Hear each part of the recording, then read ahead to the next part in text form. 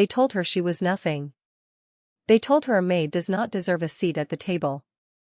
On the biggest wedding day of the year, Kayamika Adeyemi, the richest bride in the city, pointed at the girl mopping the floor of her wedding hall and said, in front of 300 guests, "Get her out. My wedding is not a place for servants." Everybody laughed. Nobody knew that girl held a photograph in her pocket. A photograph that could destroy the wedding. A photograph that could destroy the Adeyemi family name. And a photograph that would reveal exactly who the silent, humble driver standing near the entrance really was. By the end of that day, the bride would be on her knees. And the maid would be the one everyone called Madam. This is her story. My name is Amara. For 3 years, I cleaned floors in the Adeyemi mansion. I washed their plates. I ironed their clothes. I carried their bags. I was invisible to them. A shadow in their big, beautiful house. But I was not born to be a shadow. I was born Amara Nwachukwu, daughter of Chief Nwachukwu, a man who once owned half of the businesses in this city. Before everything was taken from us.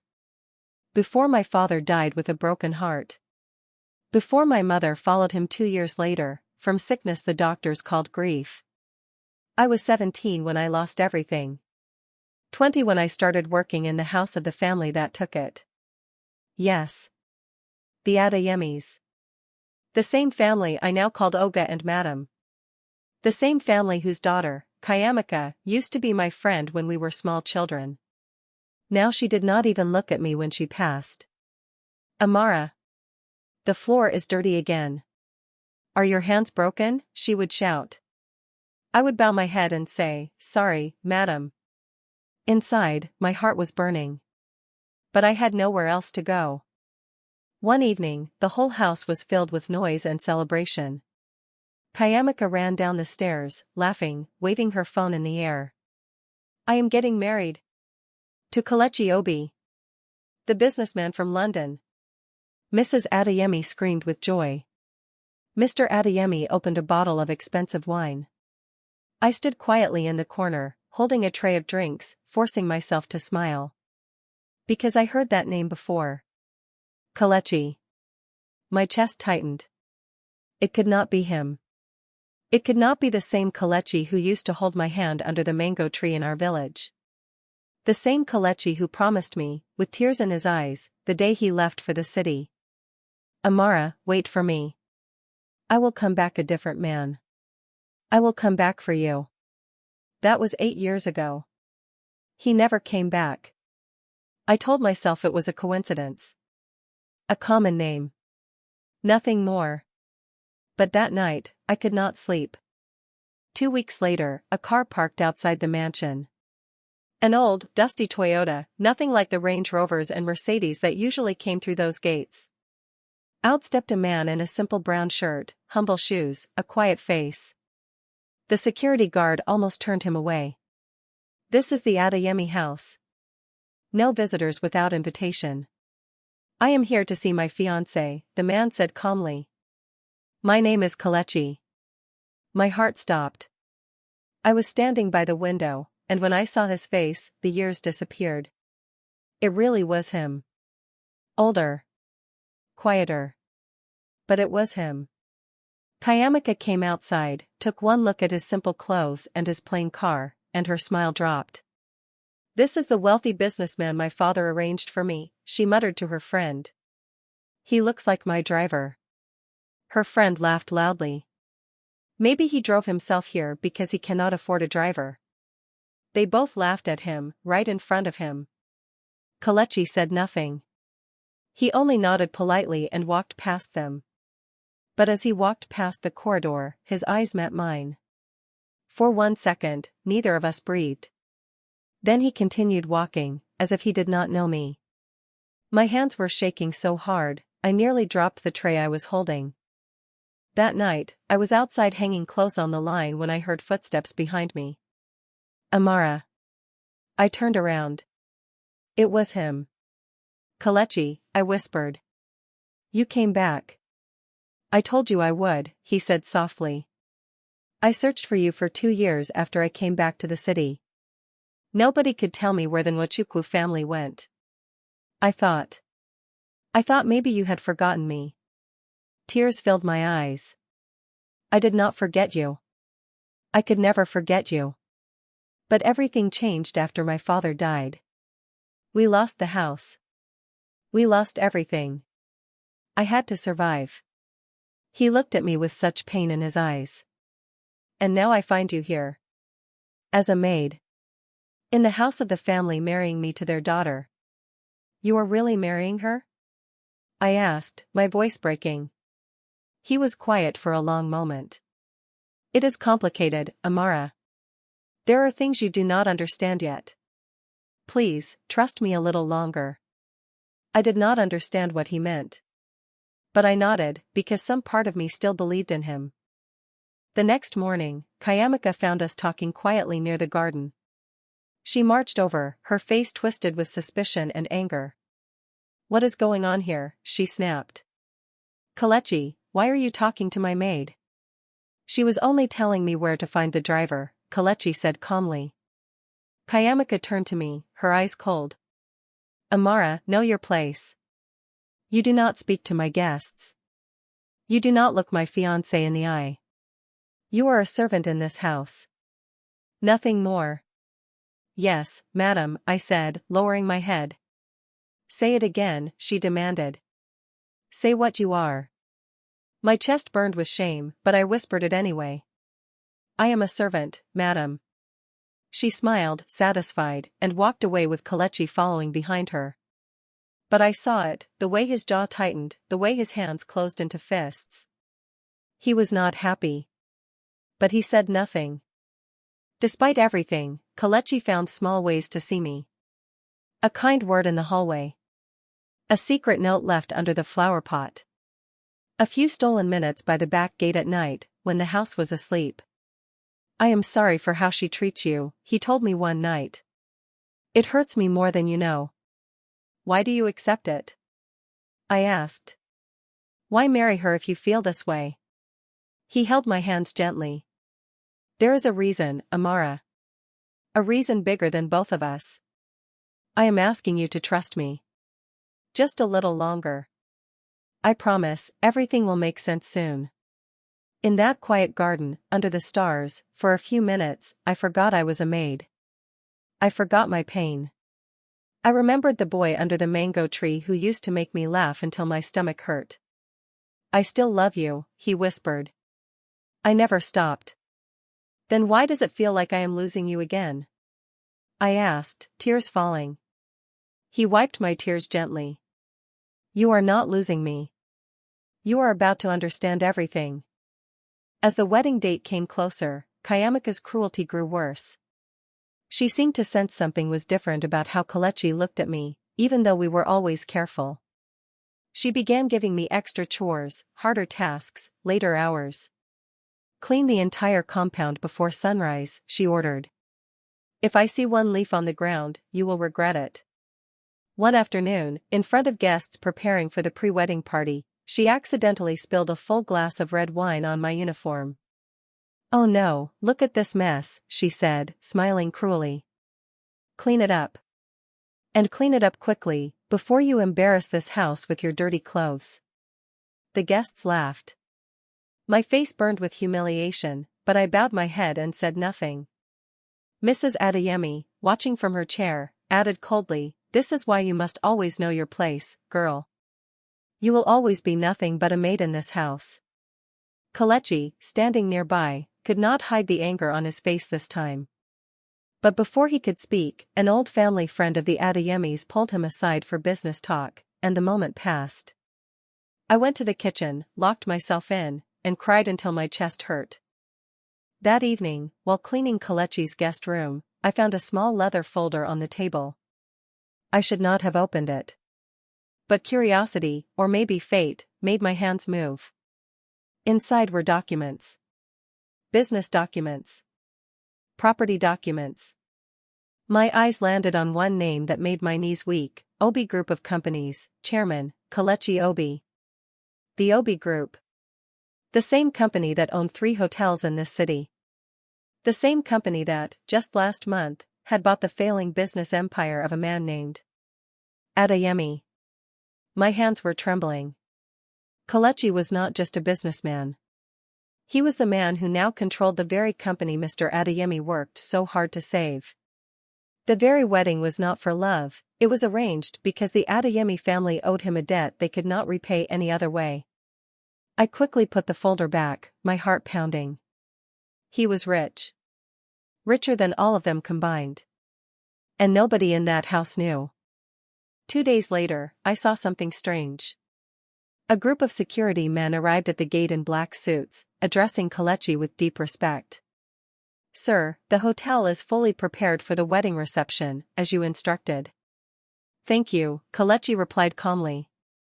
"Make sure the staff are treated well. No shouting at them. I built that hotel on respect, not fear." I stood frozen behind the curtain, listening. The hotel? The luxury hotel where the wedding reception would be held, the one everyone called the finest in the city, belonged to him? Mr. Adeyemi walked past at that moment and greeted Kelechi with unusual nervousness, almost bowing. "Kelechi, my boy, is everything to your satisfaction?" "Everything is fine, sir," Kelechi answered simply. But I noticed something. Mr. Adeyemi's hands were shaking slightly as he spoke.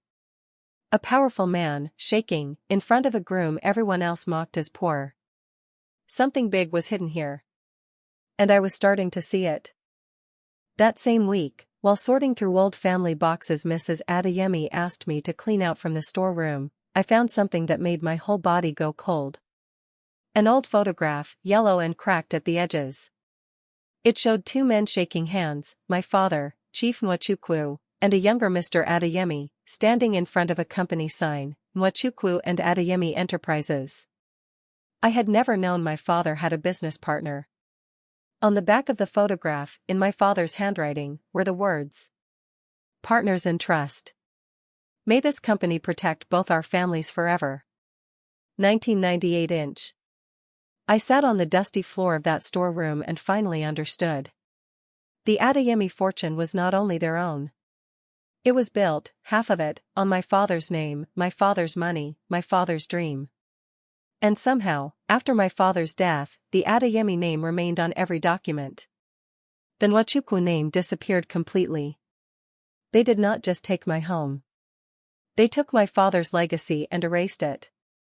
I held the photograph tightly against my chest and cried silently in that dark room. That night, I showed Kelechi the photograph by the back gate, my hand still trembling. He studied it for a long moment, his face unreadable. "Amara," he said slowly, "I need to tell you something I should have told you the very first day I found you again." "What is it?" "When I came back to this city 8 years later, richer than I ever imagined, I began investigating the collapse of Nwachukwu and Adeyemi Enterprises. I wanted to know what happened to your father's company. What I found was worse than I expected." My heart pounded. "Tell me." "Mr. Adeyemi pushed your father out using forged documents after your father fell sick. He took full control while your father was too weak to fight back. Your father died still believing his old partner would return the company to your family once he recovered. He never got the chance." Tears streamed down my face. "So everything they have belongs partly to you," Kelechi finished. "By right and by law. Then why are you marrying Kayamika?" I cried. "If you know all this?" Kelechi held my face gently in his hands. "Because I needed proof before I could act. And because I needed the right moment, a moment big enough, public enough, that nobody could hide the truth or bury it again. Amara, I am not marrying her for love. I never was. This wedding was designed from the beginning to bring justice back to your family. Trust me, one more time." The wedding day finally came. The luxury hotel, Kelechi's hotel, was decorated with gold and white flowers. 300 guests filled the grand hall. Cameras flashed. Music played softly. Kayamika walked in wearing the most expensive gown the city had ever seen, diamonds around her neck, a proud smile on her face. I was ordered to work at the back of the hall, cleaning up spilled drinks, carrying trays, staying out of sight. Do not let anyone see your dirty uniform near my guests, Kayamika warned me before the ceremony began. This is my day. Not yours. I said nothing. I only held the photograph tightly in the pocket of my apron. Kelechi stood at the altar, calm, quiet, his eyes occasionally finding mine across the crowded room. The priest began the ceremony. If anyone has a reason why this couple should not be joined, speak now, or forever hold your peace. The room was silent. I felt my whole body shaking. This was the moment. Before the silence could continue, Kayamika noticed me standing near the back wall, and something about my calm expression annoyed her. What are you still doing here? She snapped, loud enough for the guests to hear. Get her out. My wedding is not a place for servants. Every head in the hall turned toward me. Whispers spread through the crowd. Some guests laughed. Mrs. Adeyemi nodded in approval from the front row. Security began walking toward me. My heart pounded, but my feet did not move. Did you not hear me? Kayamika shouted, her voice echoing through the hall. Remove this maid from my wedding immediately. I looked at Kelechi. He gave me the smallest nod. It was time. I stepped forward, pulled the old photograph from my apron pocket, and held it high above my head for the entire hall to see. Before I go, I said, my voice shaking but clear, I think everyone here deserves to know who I really am. The hall fell into complete silence. My name is Amara Nwachukwu, I said. Daughter of Chief Nwachukwu, founder of Nwachukwu and Adeyemi Enterprises. Gasps spread through the crowd. Mr. Adeyemi's face turned pale. This photograph, I continued, shows my father and Mr. Adeyemi as equal partners, before my father was betrayed, forced out of his own company while he lay sick, and left to die believing his partner would return what belonged to him. That is a lie. Mr. Adeyemi shouted, standing up. Kelechi stepped forward, his calm voice cutting through the noise. It is not a lie. I have the forged documents. I have the bank records. I have spent 2 years gathering every piece of evidence, because I promised Amara's father, indirectly, through his own daughter, that justice would return. The room erupted into confused shouting. Kelechi, Kayamika said, her voice trembling, what is going on? Why are you defending the maid? Kelechi turned to face her directly. Kayamika, I am not just a businessman your father arranged for you to marry. I am Kelechi Obi, chairman of the Obi Group, the company that now owns the majority shares of your father's failing empire, including this very hotel we are standing in. Silence. Complete, heavy silence. You called him a gatekeeper, I said quietly, looking at the guests who had laughed at his old car and simple clothes. Now you stand inside his hotel. Mrs. Adeyemi rushed toward Kelechi, her earlier pride completely gone. Please, sir, there must be some misunderstanding. We can discuss this privately. There is nothing to discuss privately, Kelechi said firmly. You humiliated this woman in front of 300 people. You will hear the truth in front of the same 300 people. Kayamika turned to me, her face pale with shock. You knew all this time? You let me humiliate you, knowing who you really were? I did not do it for revenge, I said softly. I did it because Kelechi asked me to trust him. I did it because some things need the whole world watching to finally be believed. Mr. Adeyemi fell into his chair, his head in his hands. Please, he whispered. Please do not destroy my family name in front of everyone. Kelechi's voice remained calm but firm. You should have thought about family names before you destroyed her father's legacy and let her clean your floors like she was nothing. The guests who had laughed at Kelechi's old car, who had mocked Amara's uniform, now sat frozen, afraid to even breathe too loudly. Kayamika stood alone at the altar, her wedding gown suddenly feeling heavy and foolish. The man she had planned to marry for his money was not marrying her at all. He never intended to. Was any of this real? She asked quietly. Did you ever care about me at all? Kelechi's expression softened slightly. I am sorry, Kayamika. You are not a bad person. But you were raised to value money and status above kindness. I hope, after today, you can learn what your family took from someone who never did you any wrong." He walked away from the altar, past the frozen guests, and stopped in front of me. He took my hand gently in front of everyone. "Amara Nwachukwu," he said, loud enough for the whole hall to hear, "I have loved you since we were children under the mango tree. I built this empire hoping one day I could stand in front of the world and finally be worthy of asking for your hand, the right way, the honest way." Tears rolled down my cheeks. "This wedding is over," Kelechi announced to the stunned hall.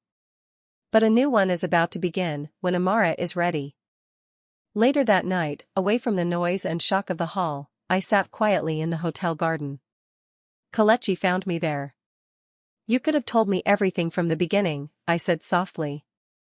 "Do you know how much it hurt, watching you plan a wedding with her? Watching her humiliate me while you stayed silent?" Kelechi sat beside me, his face full of guilt. "I know. I am sorry, Amara. Every single humiliation you suffered, I felt it too.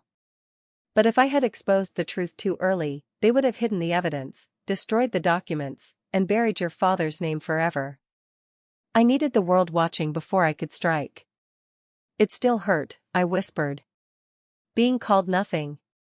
Being called a servant, over and over, while you stood there and said nothing." "You are right to be hurt," he said gently. "I will spend as long as it takes making it right. I am not asking you to forget the pain.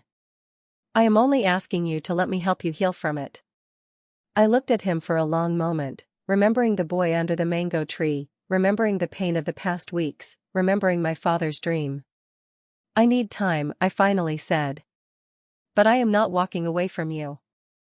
In the weeks that followed, the truth spread through the city like wildfire. Lawyers reviewed the original partnership documents. The forged signatures were exposed. The courts ordered that 50% of the Adeyemi business empire, including the hotel, be legally returned to the Nwachukwu family name. Mr. Adeyemi, once proud and arrogant, appeared on television with his head down, publicly apologizing to the memory of Chief Nwachukwu and to me, his daughter. "I was wrong," he said, his voice breaking. "I let greed convince me that what I did was acceptable. I am sorry, Amara. I am sorry to your father, wherever he is watching from." Kayamika, humbled by everything that happened, came to see me privately one afternoon. "I do not expect you to forgive me," she said, tears in her eyes. "I said terrible things to you. I made you feel like nothing, when you were always worth more than me." I looked at her for a long moment, remembering the friendship we shared as children, before wealth changed everything between us. "I forgive you," I said quietly. "Not because what you did was right, but because carrying anger forever will not give me back the years I lost. I choose peace." Kelechi did not rush me. Every day, he showed up with patience instead of pressure. Small gifts of kindness. Long conversations about our childhood. Quiet apologies whenever old wounds surfaced. "I do not need diamonds," I told him one evening. "I do not need hotels or company shares. I needed you to be honest with me, from the very beginning." "I know," he said. "And I promise you, for the rest of my life, you will never have to wonder where you stand with me again." Slowly, the pain began to fade. Slowly, trust began to rebuild. Slowly, the little girl who used to laugh under the mango tree returned.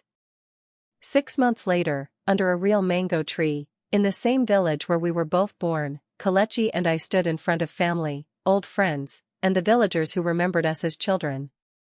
No diamonds. No luxury hall. Just simple, honest joy. My father's old business partner, now humbled, sat quietly among the guests, finally at peace with the truth. Kayamika stood near the back, smiling genuinely for the first time since I had known her, no longer competing, no longer cruel. Kelechi took my hands under that same tree where he once promised to come back for me. "I told you I would return a different man," he whispered. "I hope I finally became a man worthy of you." "You always were," I whispered back. "Even when you arrived on that dusty road, wearing simple clothes, everyone laughing at you. I saw who you really were. We were married that afternoon, under the open sky, surrounded by people who once doubted us, now celebrating us. They once said I was nothing but a maid. They once said I would never be more than the girl who cleans floors. But sometimes, the ones the world throws away carry the strongest hearts. Sometimes, the poor man on the dusty road is richer than anyone could imagine. And sometimes, one old photograph, kept safe for years, is enough to bring the truth home. My name is Amaranwa Chukwuobi. I was the bride they threw away. I became the woman they could never break. I was the maid they humiliated. I became the wife they now call madam. And I did it without losing my kindness.